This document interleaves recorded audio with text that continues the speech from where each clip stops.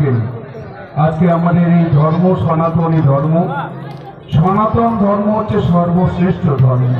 বিশ্বের যত ধর্ম আছে সনাতন ধর্মই হচ্ছে একমাত্র ধর্ম, যা হচ্ছে সর্বশ্রেষ্ঠ ধর্ম।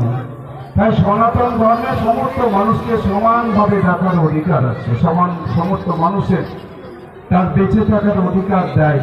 তাই সনাতন ধর্মের মানুষ আমরা এই দুর্গোৎসব যে আমাদের হচ্ছে, অর্থাৎ শারদীয়া উৎসব, শারদীয়া উৎসবে আমরা সবাই আজকে একসঙ্গে মায়ের দর্শনের জন্য মণ্ডপে মণ্ডপে আমরা যাই।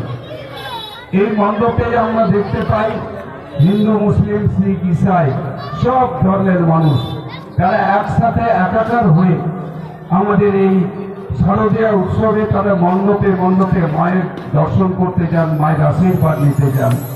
মাকে আমরা সবাই মিলে দর্শন করছি।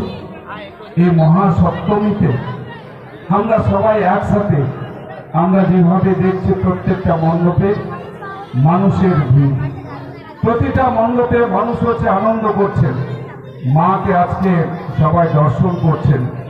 আমরা আমাদের রাজ্যের ভারাক্রান্ত মনে আমরা সবাই এই মায়ের যখন দর্শন করি তখন আবার আমাদের অনেক মায়ের কথা মনে পড়ে, যারা আমাদের ছেড়ে চলে গেছেন, যাদের